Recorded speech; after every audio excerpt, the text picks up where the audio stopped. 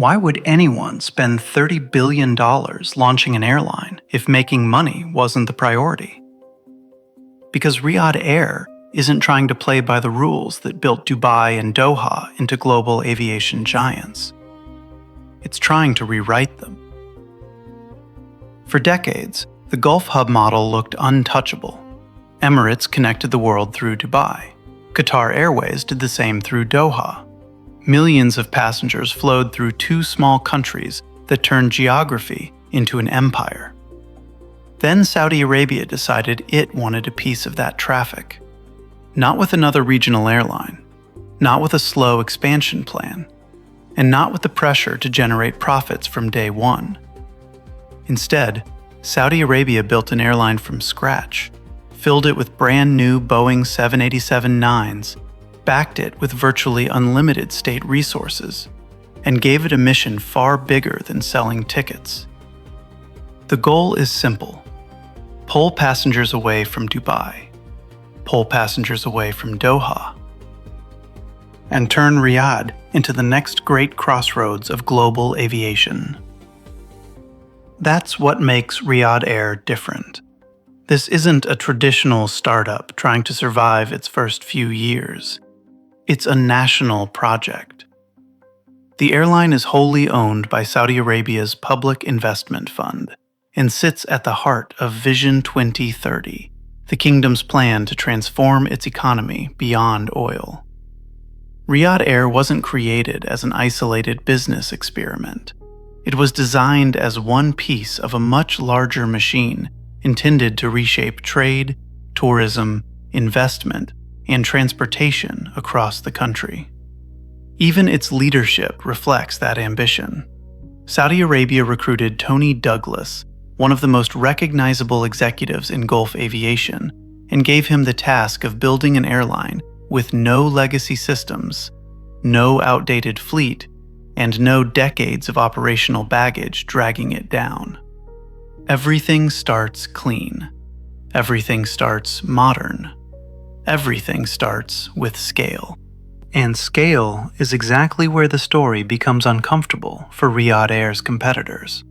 Because while Emirates and Qatar Airways built world-class hubs, both countries share one structural weakness: they're small. Saudi Arabia isn't. The kingdom's population is several times larger than that of the United Arab Emirates and Qatar combined. That creates something neither Dubai nor Doha has ever truly enjoyed: a massive domestic aviation market feeding directly into the hub. Passengers aren't just arriving from overseas, they're arriving from across Saudi Arabia itself. Business travelers, families, tourists, regional connections, all flowing toward Riyadh before continuing onward to Europe, Asia, Africa, and beyond. That changes the economics completely. Dubai and Doha depend heavily on connecting traffic moving between countries. Saudi Arabia can generate that same transit traffic while also drawing from a huge home market sitting inside its own borders. And that domestic scale may become the single biggest advantage in this entire battle. The strange thing is that Riyadh Air technically arrived before it officially arrived. By the time the airline's big public launch date appeared on the calendar, aircraft had already flown, passengers had already boarded, and the Riyadh to London corridor was already seeing limited service. But none of that was the real beginning. The real turning point comes on July 1st, 2026. That's the moment Riyadh Air stops behaving like a carefully controlled project and starts operating like a true commercial airline. The journey to that day moved surprisingly fast. Saudi Arabia announced Riyadh Air in 2023 and immediately made it clear this would not be a small experiment. The airline recruited leadership, built partnerships, developed its brand, and assembled the foundations of an entirely new carrier before most startups would have finished writing a business plan. Then came a quieter phase. Limited London flights began using a technical spare aircraft, allowing the airline to test systems, procedures, and operations before exposing the brand to full commercial scrutiny. Useful, necessary, but still not the main event. The launch that matters is the one passengers around the world can actually buy. The launch that matters is the first full commercial operation using Riyadh Air's own brand new Boeing 787-9 Dreamliner. And the choice of destination wasn't accidental. London remains one of the most important premium aviation markets on Earth. A route between Riyadh and London isn't simply another line on a network map. It's a statement, a declaration that Riyadh Air intends to compete where the stakes are highest. But the aircraft itself tells an even bigger story. Most startup airlines begin cautiously. A handful of aircraft, limited ambitions, small networks. Riyadh Air is doing the opposite. The fleet plan already resembles something built by an established global carrier. The backbone comes from Boeing 787-9 Dreamliners designed for long-haul operations. Alongside them sit Airbus A321neos for regional growth, and an expanding fleet plan that includes Airbus A350-1000 aircraft built for premium long-distance flying. Taken together, the target reaches 182 aircraft. That's not startup thinking. That's network carrier thinking. And every detail reinforces the same message. Premium cabins, luxury lounges, chauffeur services, high-end ground experiences. The airline isn't chasing attention through low fares. It's positioning itself at the upper end of the market from the very beginning. Yet even that fleet strategy only makes sense when you look beyond the airline itself. Because Riyadh Air isn't being built alone.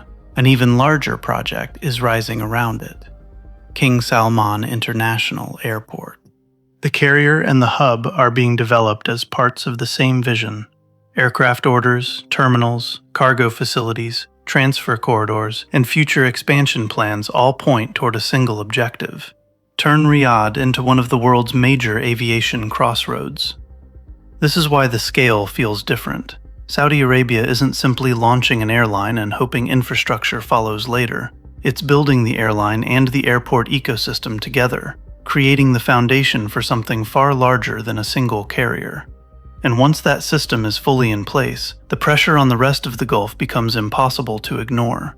The aircraft, the lounges, and the airport plans are impressive, but none of them explain why Saudi Arabia is spending so much money. The real objective sits behind the airline itself. Riyadh Air was never created simply to transport passengers from one city to another. It was created to change where those passengers connect.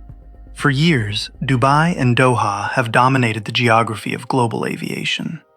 Travelers moving between Europe, Asia, Africa, and the Middle East often pass through one of those two hubs. Every connection generates spending. Every connection supports jobs. Every connection strengthens the wider economy surrounding the airport. Saudi Arabia wants that traffic. A passenger flying through Riyadh buys food, books hotels, supports airport businesses, and helps justify more routes, more investment, and more economic activity. Multiply that across millions of travelers, and aviation becomes much more than transportation. It becomes an economic engine. That's why Riyadh Air sits at the center of a much larger national strategy focused on tourism, trade, connectivity, and growth beyond oil. The airline isn't just trying to add routes, it's trying to redirect flows. Move transit passengers toward Riyadh. Move business travelers toward Riyadh. Move cargo toward Riyadh.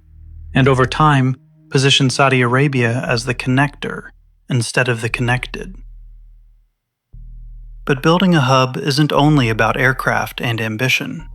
A hub is only as powerful as the network feeding it. And Riyadh Air understands that. Instead of waiting years for a global alliance to determine its future, the airline has been building relationships across the industry from the very beginning. One partnership opens access to new markets. Another expands connectivity into a different region. Then another, and another. The result starts to look less like a startup airline and more like a growing web of international connections stretching across multiple continents. That's a critical advantage. A new carrier normally faces a simple problem. Passengers want a large network, but building a large network takes years. Partnerships help solve that problem immediately. A traveler doesn't need to see 100 Riyadh Air aircraft serving 100 destinations. They only need to see a smooth path from origin to destination. That's exactly what these agreements are designed to create. And this is where the pressure on the Gulf giants starts becoming very real. Because Riyadh isn't trying to copy Dubai and Doha, it's trying to compete with them while holding a different set of cards. The existing Gulf hubs depend heavily on connecting passengers moving between countries. Saudi Arabia can pursue that same traffic while also drawing from a much larger domestic base. Millions of people already live inside the market Riyadh Air is serving. That means the airline can combine transit demand with local demand, creating a deeper pool of passengers feeding the hub every day. The implications are difficult to ignore. A larger home market, a growing international network, a premium-focused airline, and a government determined to turn Riyadh into a global aviation crossroads. For Emirates and Qatar Airways, the threat isn't that Riyadh Air exists. The threat is that, for the first time in years, a competitor may have the scale to challenge the model that made them dominant in the first place. That sounds unstoppable. But aviation has a habit of punishing even the most ambitious plans. Because no amount of money can completely eliminate reality. Riyadh Air may have state backing, political support, and a clear strategic mission. But aircraft still have to be built. Engines still have to arrive. Cabins still have to be certified. Manufacturers still have to deliver on time. And that's where one of the biggest risks appears. A global airline cannot grow according to a PowerPoint presentation. It grows according to delivery schedules. If aircraft arrive late, routes launch late. If routes launch late, network growth slows. And if network growth slows, the hub takes longer to reach the scale it was designed for. That's a problem because Riyadh Air isn't building a small airline that can expand gradually over decades. It's trying to build momentum immediately. The second challenge is less visible, but just as important: premium demand. Riyadh Air is positioning itself at the upper end of the market with premium cabins, premium services, and a premium passenger experience. That strategy can be extremely profitable when demand is strong. But premium travelers are also the passengers every airline wants. Winning them requires more than beautiful cabins and elegant lounges. It requires consistent service, strong schedules, reliable connections, and a network large enough to become part of a traveler's routine. At the same time, the airline is balancing multiple sources of growth: passengers, cargo, connections. Each one strengthens the business model, but each one must grow together if the wider strategy is going to work. And that's what makes this project so unusual. Riyadh Air isn't simply launching flights. It's attempting to build an entire aviation ecosystem before the market fully matures around it. A new hub, a new network, a new flow of global traffic, all developing at the same time. Which brings us to the larger truth behind this story. Riyadh Air is often described as a startup airline. Technically, that's correct, but it misses the point. This is not a startup in the traditional sense. It is a state-level wager. A bet that Saudi Arabia can reshape the aviation map of the Middle East before the existing balance of power becomes permanent. A bet that Riyadh can emerge as a connector between continents. A bet that transit passengers, business travelers, tourists, and cargo flows can be redirected toward a new center of gravity. And a bet that scale, state support, and long-term ambition can challenge two of the most successful aviation hubs ever created. That's why this launch matters far beyond a single airline.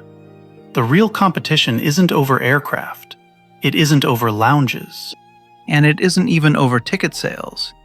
It's over where the world's travelers connect. For years, the answer was obvious: Dubai, Doha. Now, Riyadh wants to be included in that conversation. The first flights have begun. The network is growing. The infrastructure is rising around it. And somewhere between Europe, Asia, and Africa, a new route map is starting to take shape. Whether that map ultimately transforms global aviation, or becomes one of the most expensive gambles in airline history, is a question the industry still hasn't answered.